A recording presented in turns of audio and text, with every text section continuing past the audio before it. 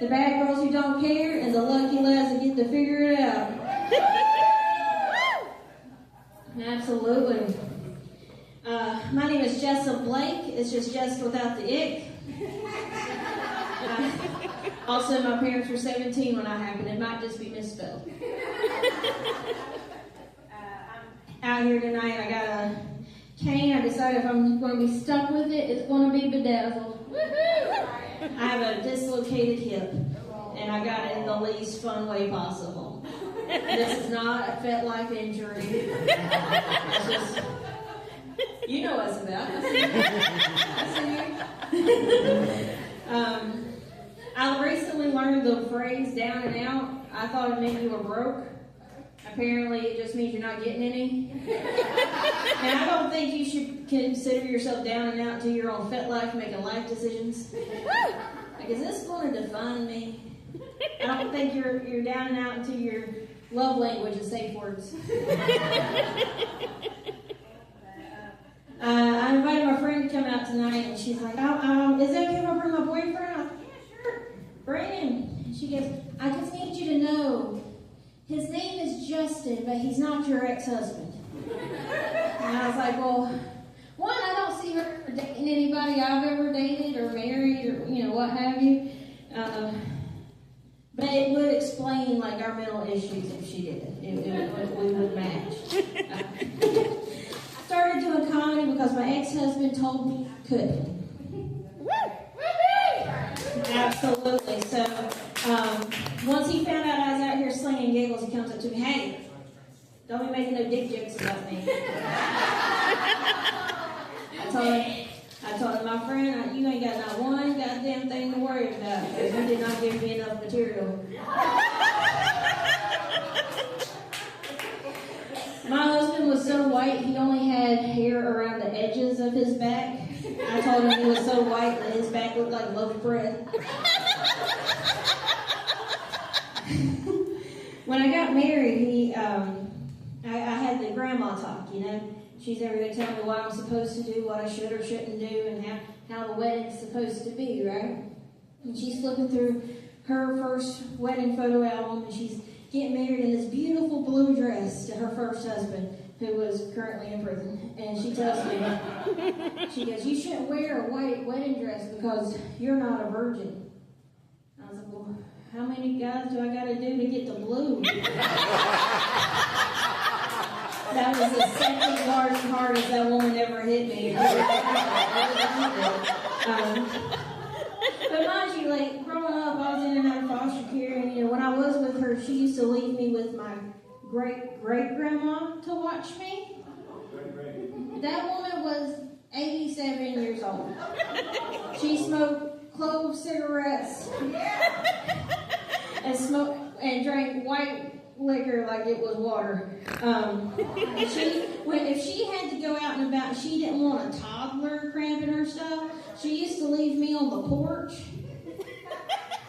with her pet bobcat, Tom Tom. She'd leave me with him and a bag of Cheetos. And what can happen? Like, she's got an apex predator watching her. And my boyfriend wonders why I have feral-like activities in the house.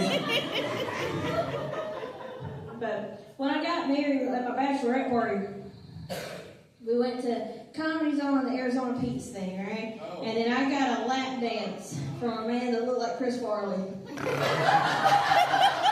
And when I got married, I wasn't hungover. I was still currently drunk. So the preacher's like, hey, Mr. Blake, I need you to take Jess's right hand. And he says his side, he comes over to me and goes, I need you to take Mr. Blake's right hand. I'm like, they're both right hands. But I never changed my name. A lot of people are like, Jess, you've been just divorced for a while now. Why didn't you change the name back? Cost too much money. It's too much paperwork. I don't want them. I didn't like my first name. I don't want the second one. I paid for this one. There's no backseats. He tried to take me to court to make me change it. He already signed that waiver when we got divorced. I was like, I'll change it today, pay all the money and do all the paperwork. I'm just not doing it. Because no, okay, so it's mine now. So I decided I'm going to get married a whole bunch of times and make a whole bunch more Blakes, and there's not shit you can do about it. That's how you establish dominance to an ex-husband. I will make more of you. But dating after a divorce is a bitch and a half, right? Like, I'm finally at a place where I can talk about my ex-boyfriend without wanting to pipe bomb his car. And by the way, I hated his car. He would only put premium gasoline in his car, which kept blowing his manifold gaskets. Which I'm all for keeping an old piece of shit on the road. But if you're going to have an old piece of shit, you got to know how to work on an old piece of shit. Otherwise, you're just going to become the mechanic sugar daddy. So he's over there. But it's a sports car. Sports cars have to have premium gasoline. It's a 98 Ford Mustang. That's like saying my sparkle shoes and Jeff's Jordans are the same. They are not. They just happen to both be shoes. No, absolutely. And none of the panels were the same shade of burgundy. It's a sports car. It's a 4-cylinder and automatic hand, and no. But don't get me wrong, he was a beautiful, beautiful man. Beautiful man.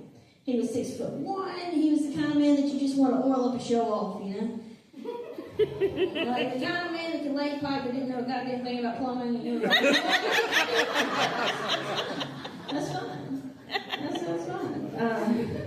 My issue with him was he was like Black Light, like he looked like Stefan Arkell, but he dressed like Steve. He always had on like a polo shirt and that zipper fleece vest thing.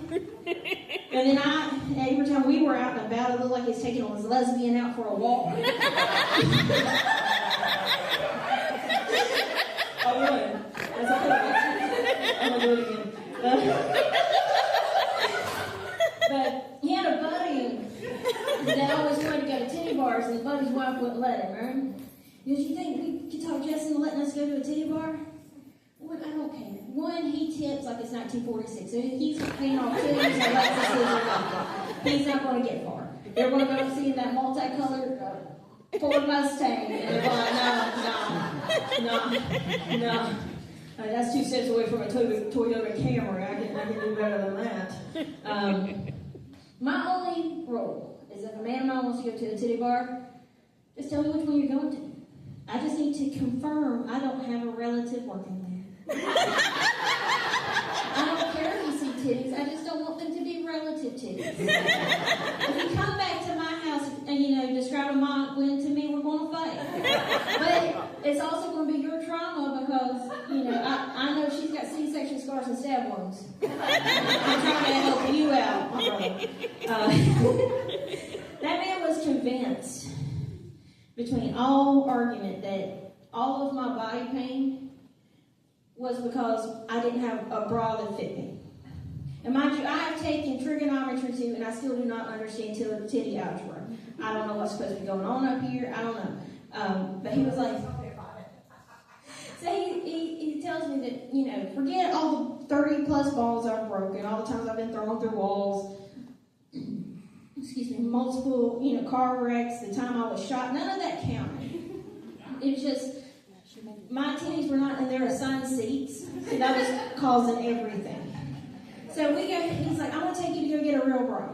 All right, G-Pass, let's go do it. I want to see you pass out. So we go to Victoria's Secret, and they're like, you're a 34B, and I'm like, you're a liar. So we go to a place that specializes in, titties. I need something with like scaffolding is Bondo or something, and we. It was like the Rubik's Cube of titties. There's going to be like a little gnome back there that asks you 3 questions first. How much do you know about ravens? They call him Tim. We went to this other place and they're like, all right, you're a 40 double D. Okay, that makes a bit more sense. That makes price scale, right? And he goes, I'm going to pay for it. I was like, are you sure about that? Yeah, I was like, all right, go for it. It came out to be $97, and he passed out and left it. A lot of people ask me, Jess, what's the hardest part about being in an interracial relationship? And most of it don't bother me. Like old blue hairs and mothballs at the grocery store, I don't give. They can go eat it. I don't care. That don't bother me. One of the hardest issues. We have two main issues. One, if I got sick and I tell the man I need cough syrup and orange juice, trying to convince him that Tampico is not real orange juice. It's been in my existence for like 3 years. And like I'm a pretty fair skinned person. You see me. I'm aware. I've been involved with what I look like. If we made out, my makeup would get on him, and then he'd leave the session looking like Violent J from ICP.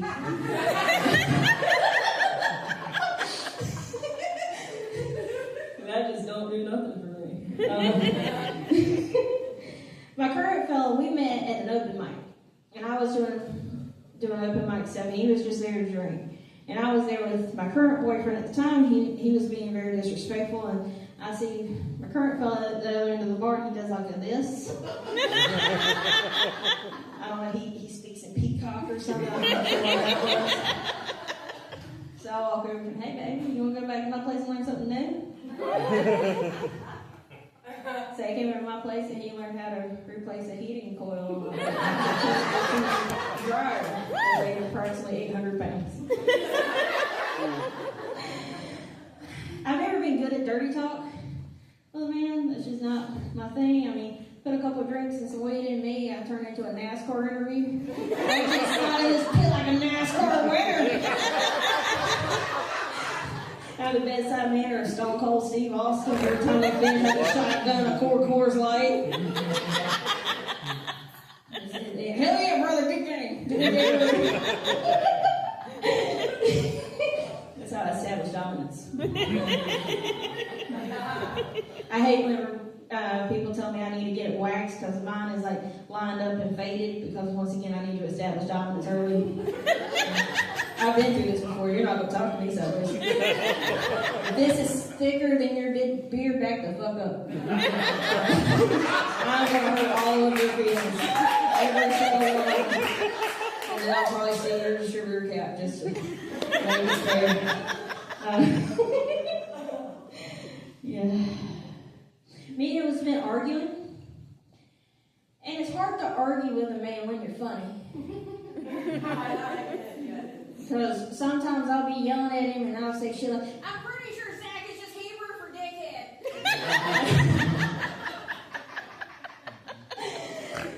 But sometimes it's hard to talk to each other because we come from different worlds, right? Like his family comes from like a proper upper middle class family. And then only class my family has is like various felonies. Like my grandpa went to prison once for mailing his taxes back as deceased. So wife number 2 and 3 couldn't get their alimony.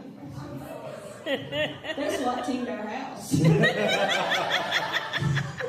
That was a really hard note to give to a ghost. Just grandpa shit.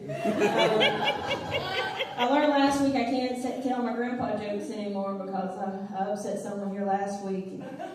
They wanted to call CPS. But ma'am, I'm in my 30s and he is dead. That phone call is a little late. You're a little late on the roll on that one. You should have been around in like 2002.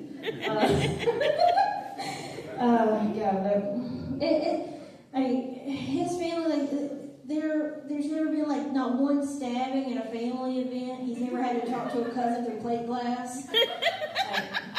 I have an uncle. He was bragging one time that he brought home a Mastiff puppy for Thanksgiving. He's bragging about this puppy. He's got this puppy on a harness. Brings it into the house, and he's bragging. He got this Mastiff puppy from a Walmart parking lot for $200. Brings it in the house. It's a goddamn bear cub. We had to call a nature reserve to come get it. And I was like, just let him and keep it. I mean, in a couple of years, he'll quit calling me for bail money. It'll be fine. It'll be fine. Let's see. I didn't. Look, this is a mom show. I didn't meet my real mom until I was 17. And a lot of people think that's terrible, but I do stand-up comedy, and this is how I deal with it, because if I find it funny, you get to find it funny. So you're allowed to laugh, and you don't have to feel bad about it. But the first time I met my mom, I was probably about 17. She comes over to the house, and I didn't know my mom wasn't white, because you see me. I get it. A lot of people will be like, she was like, "Does your dad ever let you out of the house?" Yes, he does. That's why I'm sunburned. And she goes, "What's your middle name?" I'm like, "Bitch, we have the same middle name. How bad are you replicating that you can't remember?" Jesus Christ. And then, my mom, her favorite flavor of men is bodybuilders. So I'm going to guess that, I get my taste of men from my dad, because that doesn't do anything for me. And we met, she's like, "I got something for you in my garage." It's like, okay, so I come over, and she had, changed her garage to do, the spray painting on the bodybuilders, the spray garage. Like their Jerome from here down and from here up, and Chris, you know what I'm saying? So I'm in there, my mom's, spray painting 8 dudes, and I'm like, I'm not calling any of them Dad.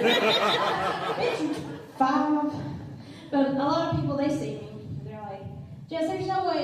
I tell them, technically I'm biracial. I'm like, "Girl, you ain't got no black in you." I was like, "Well, not recently, but that's not my ethnicity." That's all I got for you guys now.